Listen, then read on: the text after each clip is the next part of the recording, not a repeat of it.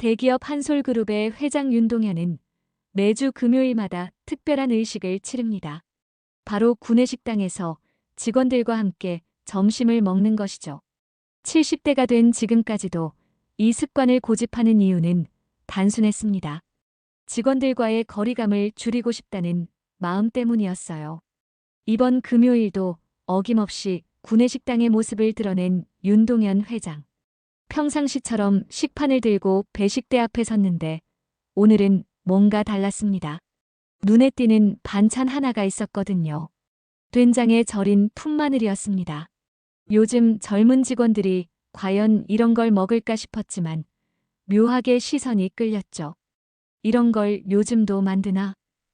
혼잣말을 중얼거리며 조금 덜어보았어요. 첫입에 느껴지는 건 예상과 달리 깔끔하고 정갈한 맛이었습니다. 된장의 깊은 풍미와 아삭한 풋마늘의 조화가 생각보다 훌륭했거든요. 순간 어릴 적 할머니 집에서 먹던 그 맛이 어렴풋이 떠올랐어요. 나쁘지 않네. 윤동현 회장은 만족스럽게 고개를 끄덕였습니다. 평소 간단히 끼니를 때우던 것과 달리 오늘은 유독 천천히 음미하며 식사를 마쳤죠. 그런데 이상하게도 그 맛이 하루 종일 입안에 남아 있었어요. 마치 잊고 있던 무언가를 깨우는 듯한 느낌이었거든요. 다음 주 금요일 또다시 구내식당을 찾은 윤동현 회장의 눈에 들어온 건 콩비지였어요.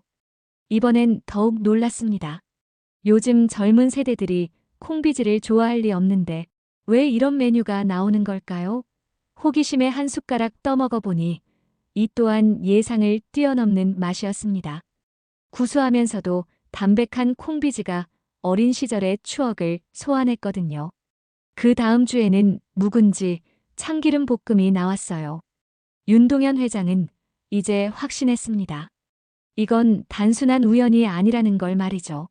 3번 연속으로 자신의 어린 시절 기억 속 음식들이 등장하는 게 그냥 우연일 리 없었거든요. 묵은지를 한 젓가락 집어 올리며 윤동현 회장은 깊은 생각에 잠겼어요. 이 맛, 분명 어디선가 먹어본 적이 있는데. 아, 맞습니다. 20살 무렵 그 사람과 함께 먹던 바로 그 맛이었어요. 참기름 향이 은은하게 퍼지면서 시큼달콤한 묵은지의 깊은 맛이 입안 가득 번졌죠.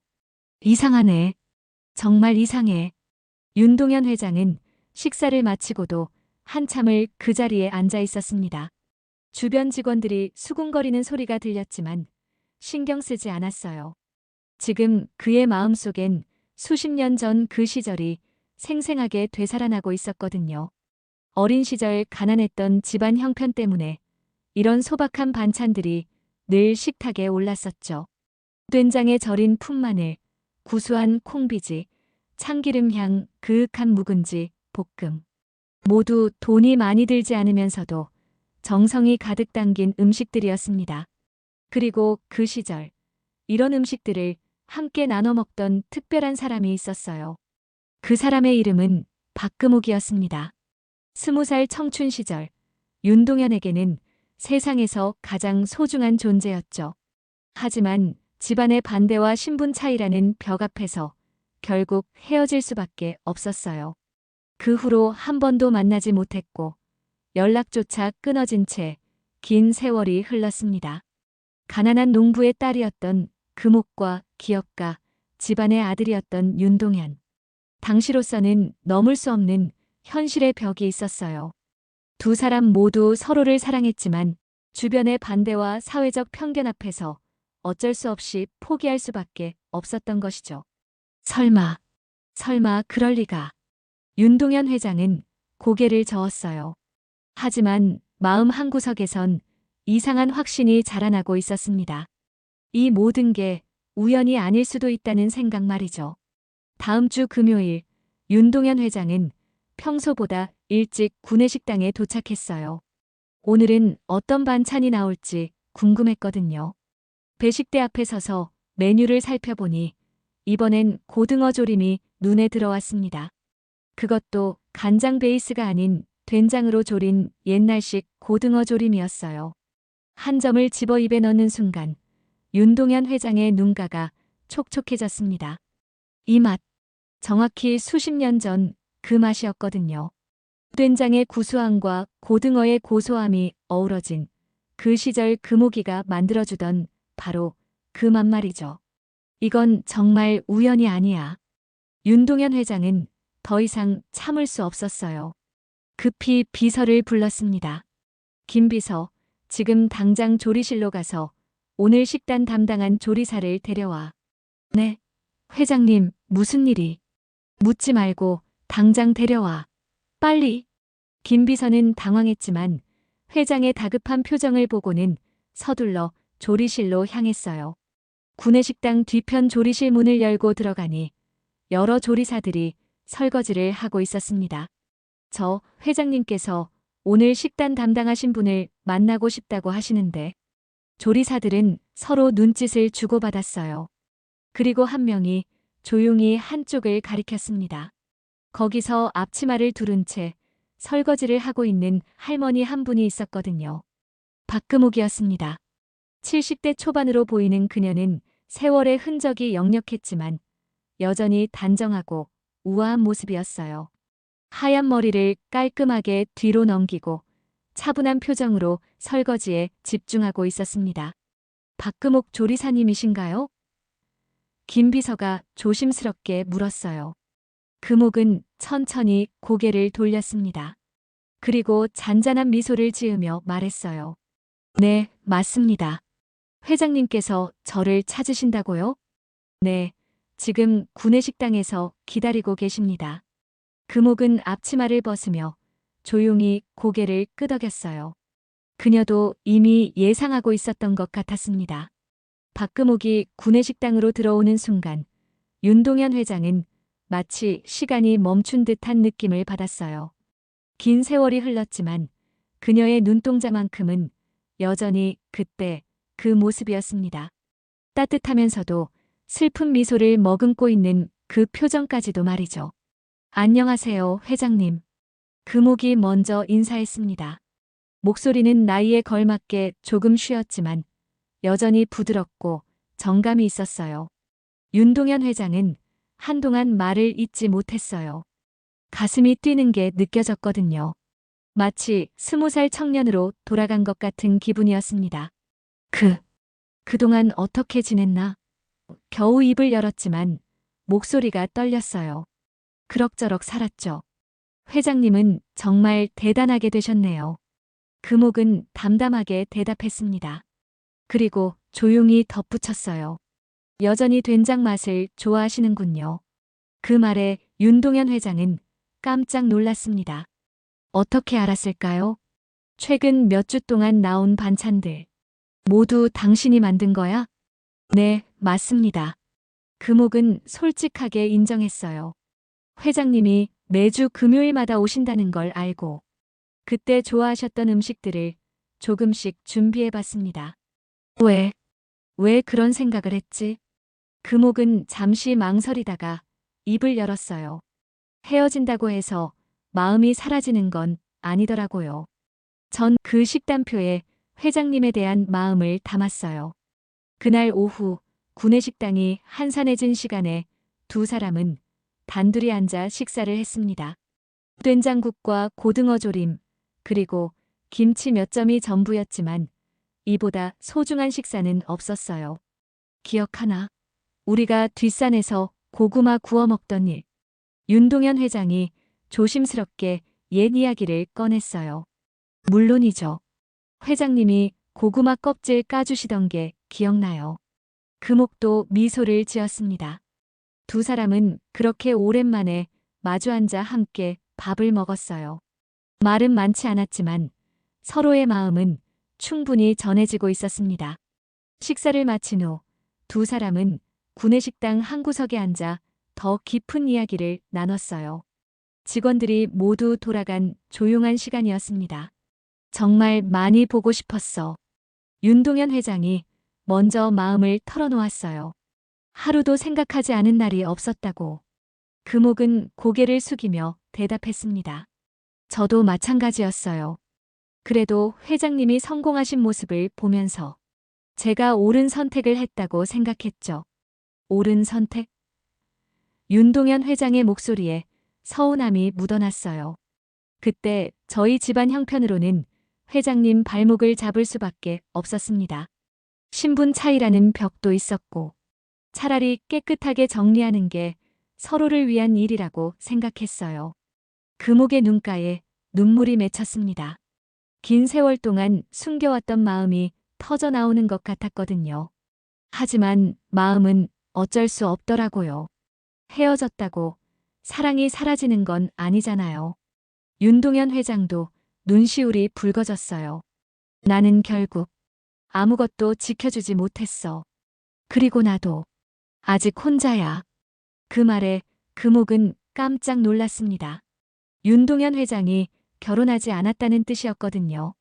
회장님도 혼자 사셨다고요? 응. 다른 사람은 생각할 수 없었어. 당신만큼 진심으로 사랑했던 사람이 어디 있겠나. 금옥도 고개를 끄덕였어요. 저도 마찬가지예요. 남편 없이 혼자 딸 하나 키우며 살았어요. 그 아이도 이제 시집가서 잘 살고 있습니다. 두 사람은 서로를 바라보며 긴 공백을 채워나갔어요. 그동안 각자 어떻게 살아왔는지, 얼마나 외로웠는지, 그리고 여전히 서로를 그리워하고 있었다는 사실을 확인했습니다. 이제 우리 나이가 몇인데? 윤동현 회장이 쓸쓸하게 웃었어요. 그래도 늦지 않았다고 생각해요. 금옥이 조용히 대답했습니다.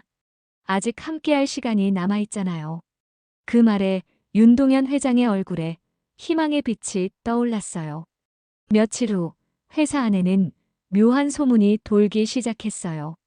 윤동현 회장이 구내식당 조리사와 특별한 인연이 있다는 이야기였습니다.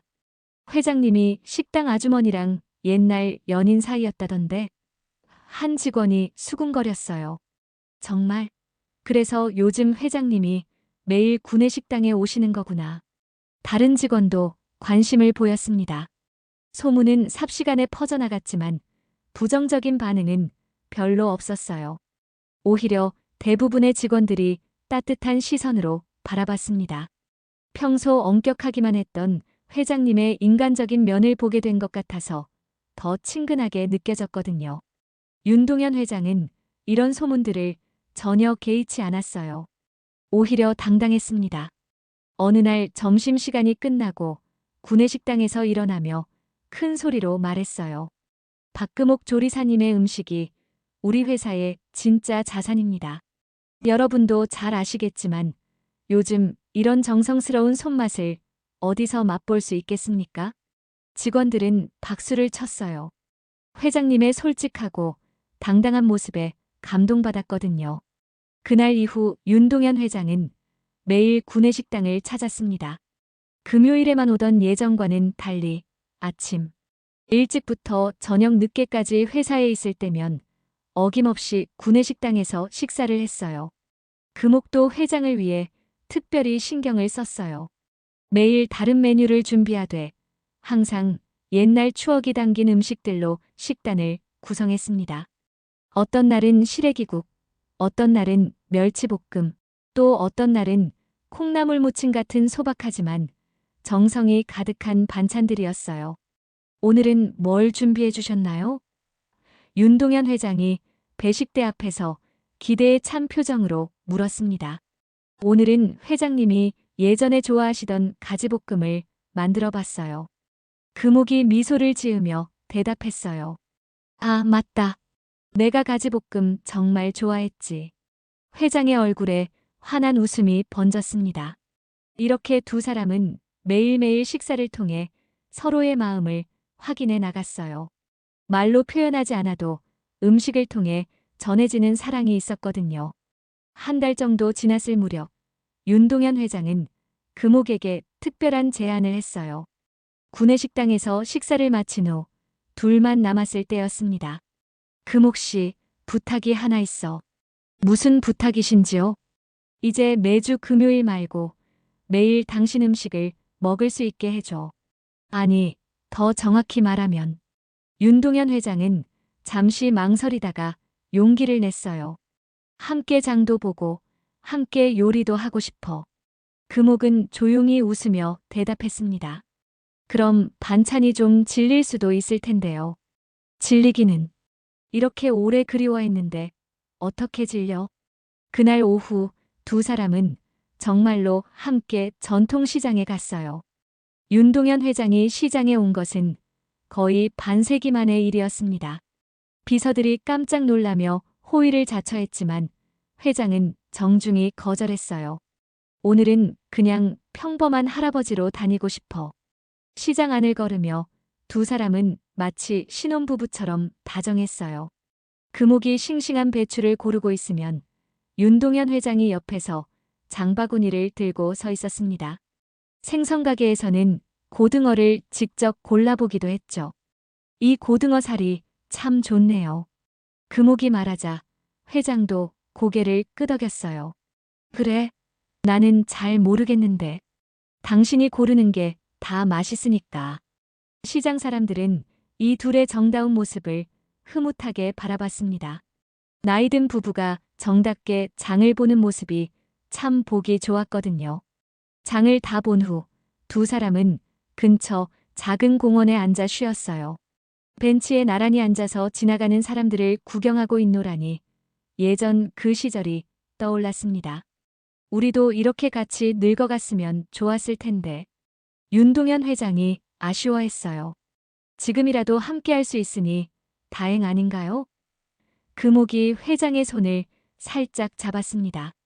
두 사람의 손이 맞닿는 순간 마치 시간이 되돌아간 것 같았어요. 주름진 손이지만 여전히 따뜻했고 그 온기가 마음까지 전해졌습니다. 몇 달 후 한솔그룹 본사 1층에는 새로운 간판이 걸렸습니다. 금옥밥상이라는 이름의 작은 직원 식당이었어요. 기존 구내식당보다는 규모가 작았지만 훨씬 더 아늑하고 따뜻한 분위기를 자아냈습니다. 윤동현 회장은 이곳을 금옥만을 위한 특별한 공간으로 만들어줬어요. 최신식 조리기구와 정성스럽게 꾸민 식당 인테리어까지 모든 것이 금옥의 취향에 맞춰져 있었습니다. 무엇보다 금옥이 마음껏 요리할 수 있는 넓은 주방이 자랑이었어요. 매일 아침 7시면 윤동현 회장이 가장 먼저 금옥밥상에 도착했습니다. 금옥과 함께 그날의 메뉴를 상의하고 때로는 직접 채소를 다듬기도 했어요. 70대 노인이 된 대기업 회장이 앞치마를 두르고 부추를 다듬는 모습은 처음엔 신기했지만 이제는 자연스러운 일상이 되었습니다. 오늘 점심은 김치국 어떨까요? 금옥이 물었어요. 좋지. 그런데 김치는 충분히 익었나? 회장도 진지하게 답했습니다. 직원들도 금옥밥상을 무척 좋아했어요. 음식 맛은 물론이고 회장님과 금옥조리사님의 다정한 모습을 보는 것만으로도 마음이 따뜻해졌거든요. 어떤 직원들은 우리 회사에 이런 로맨스가 있다니 정말 멋져요라며 감탄하기도 했습니다. 점심시간이면 윤동현 회장은 다른 직원들과 같은 테이블에 앉아 식사를 했어요. 예전에 위험 있는 회장님이 아니라 그냥 정겨운 할아버지 같은 모습이었습니다. 직원들과 소소한 이야기를 나누고 때로는 농담도 주고받았어요. 어느 가을날 저녁 회사 뒤편 작은 정원에서 윤동현 회장과 금옥이 나란히 앉아 고구마를 굽고 있었어요. 젊은 시절 그때처럼 말이죠. 붉은 석양이 두 사람의 얼굴을 따뜻하게 비추고 있었습니다. 이제야 진짜 행복하다는 게 뭔지 알 것 같아. 윤동현 회장이 조용히 말했습니다. 저도요. 혼자 먹지 않아도 되는 밥이 이렇게 맛있는 줄 몰랐어요. 금옥도 미소를 지었어요. 한 끼의 음식이 잊었던 사람을 다시 데려왔고 그들에게 새로운 행복을 선물해 준 것입니다.